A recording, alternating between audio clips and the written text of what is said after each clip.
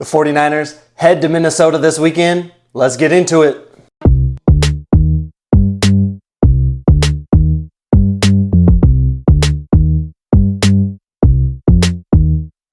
What's up, everybody? Another edition, Seth Floyd Show. We are previewing the 49ers at the Vikings this weekend. Big matchup for the 49ers. Cannot take them lightly. Real quick, we have selected a winner of our LaDainian Tomlinson signed trading card. Okay, we randomly selected out of everyone who is subscribed and also commented who was going to win the Super Bowl. Stay tuned. I will get to that middle of the video, near the end of the video. Stay tuned. We will reveal if you are the lucky winner or not. 49ers head to Minnesota. Now, if you're a 49ers fan, okay, you know about this game for a couple reasons. One, you remember last season. Last season was a weird game that got out of control, a game they had no business losing, even without Deebo Samuel and Trent Williams, okay? You also know, if you're like me, diehard, you understand and have heard this crazy statistic that the 49ers have not won a game in Minnesota since 1992, I believe. Now, to be fair, that's only like 5 games, okay? We have beaten Minnesota since then. We just have never beaten them in Minnesota. Now, I'm not like a big thing into streaks, big believer in that. Not that, I mean, that streak has happened. I don't think there's anything weird to it other than it's a difficult place to play in Minnesota. It gets loud in there. It is a little weird. It's been that long. Excuse me. But think of the last few times we've played in Minnesota. There was last season, which we should have won. That game got weird. The time before that was in 2018. Not a great team yet. We weren't very good that year. That was also the year Jimmy tore his ACL, but that we opened the season in Minnesota that year. So whatever. Before that, we've beaten the Vikings in the playoffs in 2019. The next year, we beat them in the regular season. In 2021, okay, that year we started slow and came back. We beat Kirk Cousins. It was a big game. Anyway, the point is it's not like the Vikings have some voodoo whatever over the Niners. It's just kind of a weird statistic. But I am more nervous about this game than I thought I would be. I think the Jets are a better team, but here's a big thing that the Jets have against them, or there's something that the Vikings have over the Jets, and that is their coaching staff. The Jets on offense have Nate Hackett. I understand that they have Aaron Rodgers, who I actually didn't think he looked terrible against the 49ers. We talked about that in the previous video, but he has Nate Hackett coaching. And Nate Hackett, to me, is like the opposite of a Kyle Shanahan or a Sean McVay or a Kevin O'Connell, who we're going to talk about. Nate Hackett, his only success has been with Rodgers. Rodgers with Devontae Adams, Rodgers going to the line of scrimmage, doing a little hand signal to Devontae, telling him what route to run, and just flinging it out there. Okay, Nate Hackett does not set up plays. He basically throws crap at the wall and sees what sticks. And the only thing that's ever stuck for him is Aaron Rodgers having some success. So while the 49ers defense dominated on Monday night, it's hard to think that they will look that dominant again against a very good play caller in Kevin O'Connell. Fun fact, as I cough at all you guys, Kevin O'Connell, when Seth Floyd was a young lad in San Diego, California, specifically like Carlsbad, California, but I really claim Encinitas. NC Town, what up? Because we lived on the dividing line. Anyone who's down there, you understand. You go to La Costa Canyon High School, okay, you're mostly an Encinitas kid, even though it's a Carlsbad boundary, because we hate Carlsbad High School. What up, Elder Butler? You know what I'm talking about. Kevin O'Connell was the quarterback at my high school when I was in, I must have been 6th grade. Yeah, 6th grade. Okay, he set all the records, passing records. He was a very good quarterback. Went on to San Diego State, played in the NFL for a couple years as a backup, and then went into coaching. And anyway, you want to hear a funny story? I have a funny story about that. Not to get off the rails. I had a friend, Big Woff, Aaron Wofford, shout out, buddy.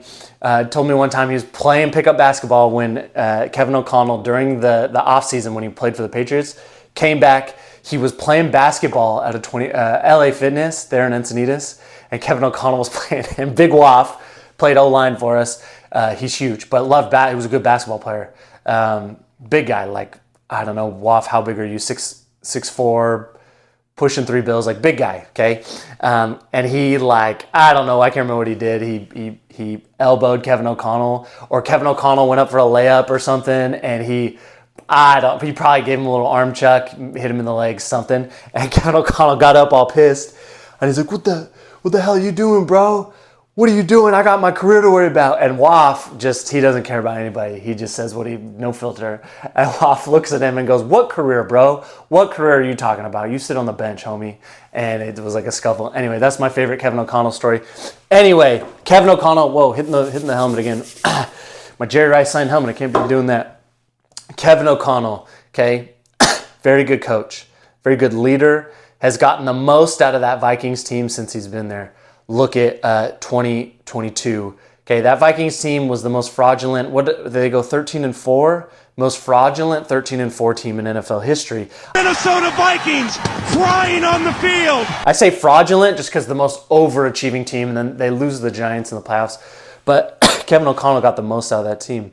So there's a real challenge for this defense because you're facing a much better play caller, a much better system. I won't say better offense because they don't have the cumulative talent. Though, let's talk about it. The Jets, what did they have? Rodgers, all-time great, but iffy, rusty, missed some time. Breece Hall, definitely a better running back. They have Garrett Wilson, who's not as good as Justin Jefferson, but Garrett Wilson is a number 1 in this league. And their offensive line, while better than last year, is probably not as good as people thought it was going to be. The Vikings, you've got Sam Darnold. I'm a Sam Darnold believer. I wanted them to trade. I'm on record. There's a podcast out there somewhere. This is like my 3rd time trying to break out, guys, in case you're wondering. There's old clips of me on an old podcast with Josh. But we're talking about Sam Darnold. Instead of trading up, I said this before they made the trade up, and I was excited when they traded up to number 3. I wanted them to give up a 2nd-round pick for Sam Darnold because I was done with Jimmy. I didn't think Jimmy had it anymore. And I wanted them, and this was obvious, like I wasn't calling my shot. It was obvious they were trying to replace Jimmy. That was what the rumors were. And I was like, they need to trade a 2nd-round pick for Sam Darnold. Let's see what Shanahan can do. And in hindsight, I wish they would have done that and not given up 3 first-round picks for Trey Lance. But whatever. I think Sam Darnold has been in some of the worst situations. He probably got fixed a little bit with Shanahan, and now with Kevin O'Connell, he's still trending upward. I'm not saying he's a franchise quarterback, and I'm not saying he's like a top 10 quarterback by any means, maybe not even top 15, but Kevin O'Connell as his head coach, and he's got Jordan Addison and Justin Jefferson to throw to, like you're going to see a much improved Sam Darnold. You saw it last week against the Giants. It was the Giants, so the jury's still out, but like that's what you want to see. Okay, very efficient, and that's what I'm talking about. So the Vikings also have 2 really good tackles. Okay, Darrisaw and holy crap, I'm blanking on the other name, but their 2 tackles are very good. You could argue they're the best tandem tackles in the league. Their interior, so both guards and center, are their weakness, which plays into the Niners' hands, I think. Getting pressure in Sam Darnold's face is going to be a good thing. Even if, and we have Nick Bosa, so I'm not saying Nick Bosa is going to dominate on the edge, but he's gonna win some battles. He's not going to get stonewalled every play. So I think that plays into the Niners' hands. But it's going to be a tough matchup for the defense, I believe. Now, a couple things that helps. It doesn't look like Jordan Addison's going to play. High ankle sprain. I would guess they would give him at least a week. Especially because they already won game 1. So they're probably thinking, okay, even if we drop this game in the Niners, let's just get him fully healthy. We'll be 1-1 when he comes back, whatever. I don't think Jordan Addison's going to play, which means you're focusing on Justin Jefferson. Hawkinson isn't there. Niners lucked out. Good break. You don't have to face TJ Hawkinson. He's still coming back from that injury because you're playing him so early in the year. But it's a tough matchup. Let's talk about the offense for the Niners. That's kind of what I wanted to focus on a little bit. Last year's game, I said this. The game got weird. If you remember this game, it got weird fast. First drive, Travarius Ward picks off Kirk Cousins. And in my head, I'm like, oh, things are rolling. We're going to roll. We're going to put that Cleveland Browns loss behind us, and we're going to roll. Well, they go down, I believe on that first drive, they kick a field goal. Then they get another stop. Was it another stop? I can't remember exactly. And it was the second drive. Maybe the Vikings scored, but it was the second drive the Niners had that McCaffrey fumbles inside the 5. I think that's what it was. Maybe he fumbled on the first drive, but either way, he fumbled, and you guys know, you fumble, and when you're about to score, and momentum can shift real quick, and that's what happened in the Niners, okay? After that point, Kirk Cousins was electric, okay? Could not stop him. He looked like prime Tom Brady, prime Peyton Manning, like John Elway, Joe Montana, like what is going on? They could not get off the field. Kirk went 35 of 45, okay? He had 378 passing yards. That defense gave up almost 400 passing yards, okay? Just embarrassing. Now, a lot of that is Steve Wilks. Most of that to me is Steve Wilks. His scheme, there was something, and this is Kevin O'Connell, there's something in that scheme that Kevin O'Connell found, and they took advantage of it. I don't know exactly what it was, but Kirk just felt like every time it was like, oh, we got a little pressure, Kirk would get the ball out, and someone was open. He threw 2 TDs. He did have the 1 interception on the first drive, but he was basically flawless after that first drive, and the Niners could not get a stop. Now, they were climbing back into that game, and then we gave up that long 60, 70-yard bomb where it looked like Ward picked it off, but then Jordan Addison went to the house. That famous Shanahan press conference after the game saying he's like, I don't mind zero coverage, but I mind it at the end of the first half when we just are trying to play prevent or when we're just trying to keep everything in front of us. So anyway, hopefully we don't see any more of those shenanigans with Nick Sorensen calling the plays. Now here's another worry. Kevin O'Connell's a very good coach. Brian Flores' defense has given Kyle Shanahan fits the last couple of years. The last couple times they've played him. Brock's stat line last year, actually not terrible. Okay, he was 21 of 30. That's a 70% completion percentage. 272 yards. Had 1 TD where that swing pass to McCaffrey, who's just a baller, and took it to the house. But he threw those 2 picks in the fourth quarter that were bad. Now, we talked about I think he was concussed. There's a good chance he was concussed. So that, whatever. The point is, though, the bigger glaring stat is CMC had 15 carries for 45 yards. 15 carries for 45 yards. That's 3 yards a clip. I'm just telling you this. You're probably not having CMC this weekend. You're just the Jordan Mason show. I expect a much tougher run defense than what the Jets showed. For whatever reason, the Jets have a great roster, but not a good team. That's what it looked like. I expect the Vikings to play cohesive as a unit. I expect them to stay disciplined in their gaps.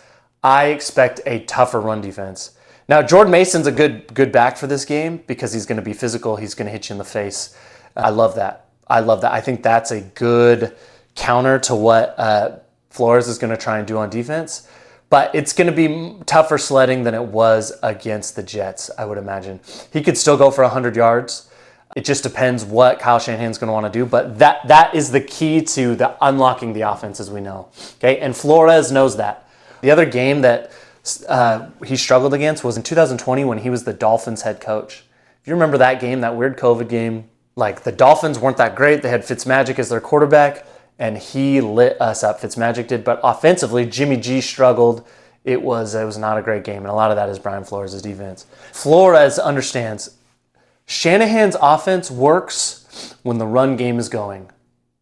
If you are stonewalling the run game, it limits everything in the pass game. They are not a team that wants to spread it out, play from behind, have to spread it out, and it's just pick apart the defense. Shanahan wants to set up plays based off of the run game. I'm not saying anything new. I'm just saying Brian Flores has done a good job in the past of stonewalling Kyle Shanahan's offense. We saw it last year. Now, again, I know it was weird. No Debo, no Trent. Of course, if you don't have Trent, the run game is going to suffer. So we'll see. That gives me a lot of hope. Okay, of course the Niners are favored in this game. I think it's a 6-point favorite on the road, so it kind of tells you what everyone thinks, but those are my causes for concern, okay? Let's go ahead and reveal the winner before I finish out our video here, okay? I have a handful more points.